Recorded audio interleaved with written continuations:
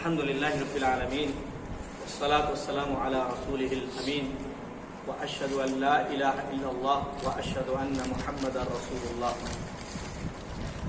درس عقیدہ میں آج کے اس درس میں ہم توحید و اسماء صفات کے متعلق کچھ چیزیں پڑھ رہے ہیں، اسی سے متعلق ہے اسماء حسنی۔ کہتے ہیں اسماء حسنی کسے کہتے ہیں؟ اسماء یہ اسم کی جمع ہے، نام، حسنی کے معنی بہترین نام۔ کہتے ہیں اسماء حسنی وہ ہیں جن کے ذریعے دعا کی جاتی ہو، ان اسماء کے ذریعے دعا کی جاتی ہو جو قرآن میں وارد اور حدیث میں ثابت ہو۔ شرط ہے یہ سمجھیے، قرآن میں وارد ہو وہ لفظ، وہ اسم، اور یا پھر حدیث سے ثابت ہو، اور جن میں اللہ کی تعریف پائی جاتی ہو، اللہ کی تعریف پائی جاتی ہو، انہیں اسماء الحسنی کہتے ہیں۔ کہتے ہیں قرآن مجید میں کتنے مقامات پر اسماء الحسنی کی اصطلاح کا ذکر ہے، یعنی الاسماء الحسنی یہ اصطلاح قرآن مجید میں کتنی جگہوں پر آیا ہوا ہے؟ قرآن مجید میں 4 مقامات پر اسماء الحسنی کی اصطلاح کا ذکر ہے، 4 جگہوں پر اللہ رب العالمین نے اسے استعمال کیا۔ 3 جگہوں پر ہے لہ الاسماء الحسنی، اور ایک جگہ ہے للہ الاسماء الحسنی۔ کہتے ہیں اللہ تعالی کے تمام نام حسنی کیوں ہیں، بہترین کیوں ہیں؟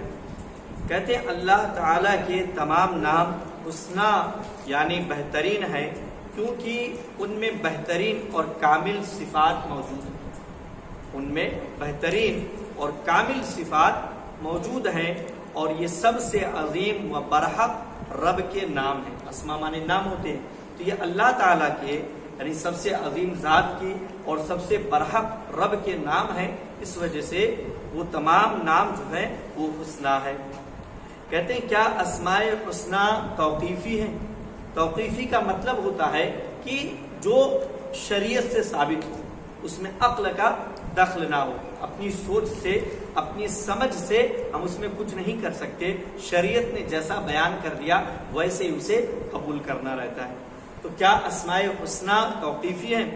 کہتے ہیں اسماء حسنی توقیفی ہے، ان میں عقل کا دخل نہیں، ان میں عقل کا دخل نہیں کہ ہم اپنی عقل لگا کر کوئی نام ایجاد کر لیں، کوئی صفت ایجاد کر لیں، ایسا ممکن نہیں۔ کہتے ہیں کیا اللہ کے نام محدود ہیں کہ اتنے نام ہیں؟ جیسا کہ مشہور ہے اللہ کے 100 نام ہے، اللہ کے 99 نام ہے، تو کیا اتنے ہی نام ہیں اللہ کے؟ کہتے ہیں اللہ کے نام محدود نہیں بلکہ لا تعداد ہے۔ کتنے نام ہیں اس کا علم نہیں، لا تعداد ہے۔ کہتے ہیں کیا اللہ کی صفات محدود ہیں؟ اللہ کی صفت سمجھ رہے ہیں آپ لوگ؟ جیسے کہتے ہیں انسان ذہین ہے، تو ذہین ایک صفت ہے، انسان خوبصورت ہے، خوبصورت ہونا ایک صفت ہے۔ تو اس طریقے سے اللہ رب العالمین کی جو صفات ہیں کیا وہ محدود ہیں 100 200 500؟ کہتے ہیں اللہ کی صفات محدود نہیں بلکہ لا تعداد ہے، ان کا شمار نہیں ہے۔ کہتے ہیں صفات پر کلام کرنا کیسا ہے؟ صفات کے تعلق سے گفتگو کرنا کیسا ہے؟ یہ کہتے ہیں صفات پر کلام کرنا، صفات کے تعلق سے گفتگو کرنا ذات باری تعالی پر گفتگو کرنے کی طرح ہے، کلام کرنے کی طرح۔ اگر ہم صفات پر یعنی اللہ کی صفات کے تعلق سے گفتگو کر رہے ہیں، گویا ہم اللہ کے بارے میں گفتگو کر رہے ہیں، اسی بات کو بیان کیا گیا ہے۔ کہتے ہیں کہ اللہ کے ناموں میں الہاد کا معنی کیا ہے؟ کہتے ہیں اللہ کے ناموں میں الہاد کا معنی کیا ہے؟ کہتے ہیں اللہ کے کسی نام و صفت یا اس کے معنی کا انکار کرنا۔ اس جملے میں 2 باتیں، اللہ کے نام کا انکار کرنا یا صفت کا انکار کرنا، ایک چیز ہو۔ دوسری بات نام یا صفت کا جو معنی ہے اس کا انکار کرنا، نام کا انکار کرنا یا صفت کا انکار کرنا یا پھر ان کا جو معنی ہے اس کا انکار کرنا، یہ الہاد کہلاتا ہے۔ اسی طرح اللہ کے ناموں سے بتوں کے نام نکالنا، جیسے اللہ کا نام ہے العزیز، مشرکین نے العزیز سے اپنے ایک بت کا نام رکھا عزا، اپنے ایک بت کا انہوں نے نام رکھا عزا۔ تو اللہ کے ناموں سے بتوں کا نام بنانا، نکالنا، یہ بھی الہاد کی قسم ہے۔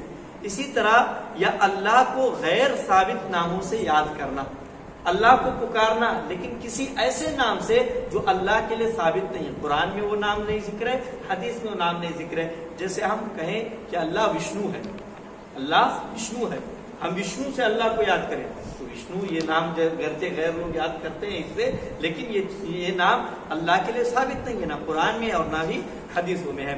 یا اللہ کی کسی بھی صفت کو مخلوق جیسی قرار دینا، اللہ کی کوئی صفت ہے جیسے سننا اللہ کی صفت ہے، ہم کہیں کہ اللہ کی سماعت سننے کی طاقت ویسے ہی ہے جیسے فرشتوں کی ہے، جیسے شیطان کی ہے، جیسے انسان کی، تو مخلوق جیسی صفت قرار دینا یہ بھی الہاد کی ایک قسم ہے۔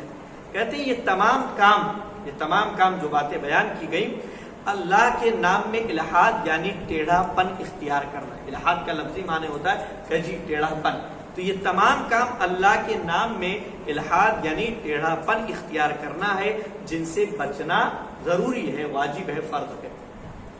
کہتے ہیں اللہ کو خدا کہنا کیسا ہے؟ بعض لوگ، بہت سارے احباب اللہ کو خدا کہتے ہیں، خدا کا لفظ استعمال کرتے ہیں، کہتے ہیں اللہ کو اللہ کہنا چاہیے اور خدا کہنا الہاد ہو سکتا ہے۔ کیونکہ بہت سارے علماء نے اس لفظ کو استعمال کیا، اس لیے انہوں نے حتمی طور پہ نہیں کہا کہ الہاد ہے، کہتے ہیں الہاد ہو سکتا ہے، کیونکہ خدا کا لفظ جو ہے یہ ثابت نہیں ہے، نہ قرآن سے ثابت ہے نہ حدیث سے ثابت ہے۔ بعض لوگوں نے بطور اخبار اس کے استعمال کو جائز قرار دیا ہے، بعض علماء نے کہ بطور اخبار اس کا استعمال جائز ہے، لیکن یہ بات بھی محل نظر ہے اور راجح بات یہی ہے کہ خدا کا استعمال نہ کرنا ہی مناسب ہے۔ کہتے ہیں اللہ کے ناموں سے متعلق کچھ قواعد بیان کیجیے، اللہ کے ناموں سے متعلق کچھ قاعدے بیان کر دیں۔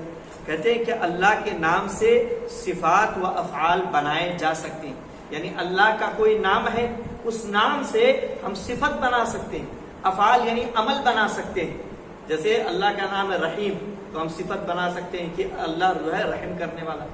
اللہ کا عمل بتلا سکتے ہیں کہ رحم کرتا ہے، اللہ عمل بتلا سکتے ہیں۔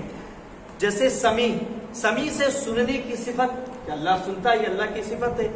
سنتے رہنے کا کام، یہ کام ہے نا سنتے رہنا، تو یہ کام بیان کر سکتے کہ اللہ سنتا رہتا ہے۔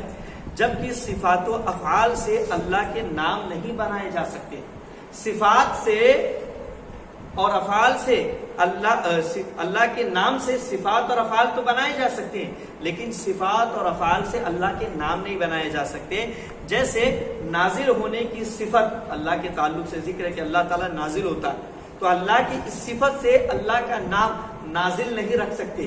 نازل ہونے والے معنی، نازل کے معنی ہوتا ہے نازل ہونے والا، تو ہم یہ نہیں کہہ سکتے کہ اللہ نازل ہے، نازل ہونے والا ہے، کیونکہ اللہ کے بارے میں یہ قرآن و حدیث میں یہ بات ہے کہ اللہ نازل ہوتا ہے، تو ہم نازل ہونا جو ایک عمل ہے، اس سے ہم اللہ کی صفت نازل نہیں بنا سکتے کہ اللہ نازل ہے، نازل ہونے والا ہے، یہ نہیں بنا سکتے۔